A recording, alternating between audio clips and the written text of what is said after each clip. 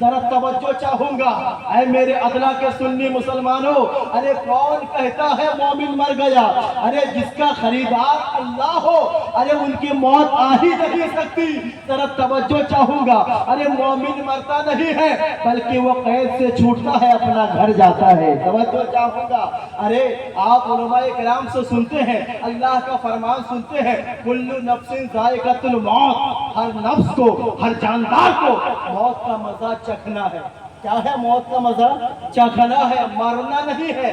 Test, ذائقہ ہے نا، اور چکھے گا وہی۔ حضرت توجہ چاہوں گا، مولانا عبدالقادر صاحب، چکھے گا وہی، ارے جو زندہ رہے گا تبھی تو مزہ چکھے گا، اگر مر گیا تو پھر کیسے چکھے گا؟ تو پتہ کیا چلا، ارے مومن مرتا نہیں ہے بلکہ وہ قید سے چھوٹتا ہے، اپنا گھر جاتا ہے۔ سبحان اللہ۔ اب آپ کہیں گے ارے ایک انسان مر جاتا ہے، ارے اس کی جان ختم ہو جاتی ہے، اور تم کہتے ہو مردہ، آؤ آؤ میں آپ کو لے چلتا ہوں، چونکہ وقت بہت کم ہے، وقت کی قلت دامن گیر ہے۔ میرے توجہ چاہوں گا، اے میرے پیارے آقا کے پیارے دیوانوں، آؤ میں آپ کو قریب لے جاتا ہوں۔ ہاں ہاں، اے میرے پیارے آقا کے پیارے دیوانوں، اسی موت کے تعلق سے بظاہر سی بات ہے، ظاہر سی بات ہے، اگر آپ ہاسپٹل میں پوچھیں گے، اگر آپ میڈیکل سائنس کے ڈاکٹر کو پوچھیں گے، اگر آپ بڑے بڑے ڈاکٹروں کو پوچھیں گے کہ ارے اگر کسی انسان کا اگر ایک جان نکل جائے، اگر ہاتھ پیر کٹ جائے، وہ زندہ ہے یا مردہ؟ تو وہ یہی کہے گا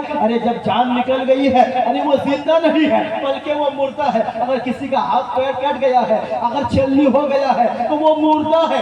لیکن اس کے برعکس آپ قرآن سے پوچھیں، اسلام سے پوچھیں، ارے انسان کا ہاتھ ہو یا نہ ہو، پیر ہو یا نہ ہو، جسم ہو یا نہ ہو، اگر محبت رسول ہے، اگر پیارے آقا کی محبت ہے تو وہ زندہ ہے یا مردہ؟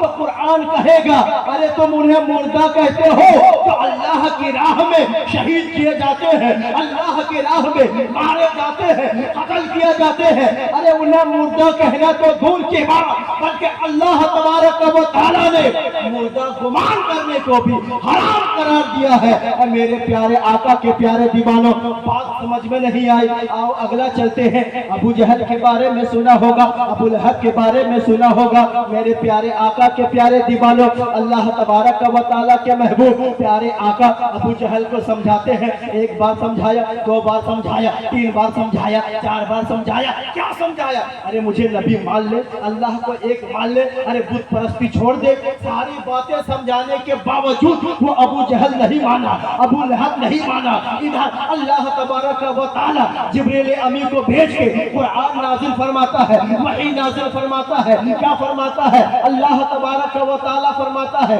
ختم اللہ علی قلوبہم وعلی سمعہم وعلی ابصارہم غشاوۃ ولہم عذاب عظیم۔ یعنی اے پروردگار عالم ارشاد فرماتا ہے، یعنی ارے اس کے دلوں میں بدبت کی مہر ڈال دی ہے، اس کے آنکھ اور کان میں مہر ڈال دیا ہے۔ ارے یہ اندھا ہے، یہ اندھا ہے، یہ ابو جہل اور ابو لہب یہ اندھا ہے، یہ آپ کی بات نہیں مانیں گے، آپ کی بات ان پہ اثر نہیں ہوگا، یہ مردہ ہے۔ اب میں کہنا چاہوں گا اے اللہ کے مسلمانوں، کیا ابو جہل کے پاس ہاتھ نہیں تھا؟ کیا ابو جہل کے پاس پیر نہیں تھا؟ کیا ابو جہل کے پاس آنکھیں نہیں تھی؟ کیا ابو جہل کے پاس کان نہیں تھی؟ اس کے باوجود قرآن کہتا ہے ابو جہل مردہ ہے، اس کے باوجود اسلام کہتا ہے ابو لہب مردہ ہے۔ لیکن جب ہم کربلا کی تاریخ پڑھتے ہیں تو یہ دیکھنے کو ملتا ہے عباس علمبردار کا ہاتھ کٹ گیا ہے، قرآن کہتا ہے زندہ ہے۔ حضرت علی اکبر کے 18 سال کی نوجوانی کو خاک و خون میں لطپت کر دیا ہے، اس کے باوجود قرآن کہتا ہے زندہ ہے۔ حضرت عباس علمبردار کا بازو کٹ گیا ہے، قرآن کہتا ہے زندہ ہے۔ 6 مہینہ کے ننھی علی اصغر کو یعنی تیروں یعنی ان کے حلقوم پہ تیر چل چکے ہیں، اس کے باوجود قرآن کہتا ہے کربلا والے زندہ ہے۔ ارے امام حسین کا سر الگ ہو گیا ہے، دمشق میں سر، کربلا میں جسم، اس کے باوجود قرآن کہتا ہے کربلا والے زندہ ہے۔ ماجرا سمجھ میں نہیں آیا، بات سمجھ میں نہیں آئی۔ ادھر ابو جہل ابو لہب کے پاس ہر اعضاء موجود ہے، ہر حصہ موجود ہے، پورا باڈی موجود ہے، اس کے باوجود اسلام کہتا ہے ابو جہل مردہ ہے، قرآن کہتا ہے ابو لہب مردہ ہے، لیکن اس کے باوجود میرے یعنی کربلا والوں کے پاس ہر ایک کٹ گیا ہے، باوجود ہے کہ قرآن کہتا ہے کربلا والے زندہ ہے مردہ نہیں۔ اب ماجرا سمجھ میں آ گیا، بات سمجھ میں آ گئی کہ اے ابو جہل اور اس کے ماننے والوں، ارے مصطفیٰ جان رحمت سے غداری کرنے کی وجہ سے تمہیں جینے نہیں دیا، اور اے حسینیوں محبت مصطفیٰ میں تمہیں کبھی مرنے نہیں دیا۔ اے حسینیوں محبت مصطفیٰ میں تمہیں کبھی مرنے نہیں دیا۔ تو مصطفیٰ جان رحمت صلی اللہ تعالی علیہ وسلم کی اگر محبت ہے تو سب نعرہ تکبیر، نعرہ رسالت، مسلک اعلیٰ حضرت عرس سید شاہ جلال الدین ملتانی، نعرہ تکبیر، نعرہ رسالت،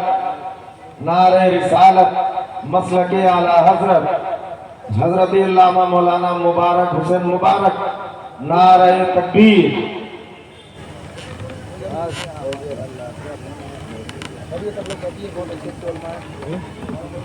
نور پاک پڑھے اللہم صلی علی سیدنا شفیعنا و حبیبنا مولانا محمد وعلی آلہ وصحبہ بارک وسلم، صلاۃ و سلام علیکہ یا رسول اللہ۔ یہ دیکھ رہے ہیں استاد الشورا حضرت حافظ قاری علامہ مبارک حسین صاحب مرسوی، ماشاءاللہ جہاں بہت بڑے خطیب ہے وہیں پر بہت بڑے ادیب بھی ہیں، سبحان اللہ، کہہ دے سبحان اللہ۔ آپ حضرات بہت خوش نصیب ہیں کہ آپ حضرات جو ہے ایسے علماء کرام کی زیارت کر رہے ہیں اور ان کی بیانیں آپ حضرات سماعت کریں گے۔ میرے پیارے آقا کے پیارے دیوانوں، میں عرض کر رہا تھا اللہ تبارک و تعالیٰ کی اگر رسول اللہ کی محبت ہے تو سب کچھ ہے، اگر پیارے آقا کی محبت نہیں ہے تو انسان چلتا پھرتا مردہ ہے۔ جیسے ابو جہل اور ابو لہب کو مردہ قرار دیا، اسی طریقے سے انسان چلتا پھرتا مردہ ہے۔ اے میرے پیارے آقا کے پیارے دیوانوں، اس لیے جان، یہ باڈی، یہ سب کچھ عشق مصطفیٰ ہے۔ اعلیٰ حضرت نے یوں نقشہ کھینچ دیا، جان ہے عشق مصطفیٰ، روز فضو کرے خدا، ارے جس کو ہو درد کا مزہ نازے دوا اٹھائے کیوں، کہتے سبحان اللہ۔ ارے ابھی تقریر شروع ہی ہوئی تھی، ابھی تقریر تو شروع ہی ہوئی تھی، اب 5 منٹ بچا ہوا ہے، کیا تقریر ہوگی؟ انشاءاللہ بیان پھر کیا جائے گا، چونکہ ہمارے حضرت جلوگر ہے، ابھی بھی 3 خطیب کا افراد سننی ہے نا، تو اس لیے وقت بہت کم ہے۔ انشاءاللہ میں آتا جاتا رہوں گا۔ ایک دور تھا آپ کے یہاں پر عید کی نماز بھی میں ادا کیا تھا، ہے نا، سبحان اللہ، بقرعید کی نماز بھی، لیکن کیا کروں گا، کیونکہ حالات ساتھ نہیں دے پاتے ہیں اور ہمارے یہاں ذمہ داری بھی بہت زیادہ ہے۔ انشاءاللہ آنا جانا جاری رہے گا، یہ وارفتگی، یہ دیوانگی جاری رہے گی۔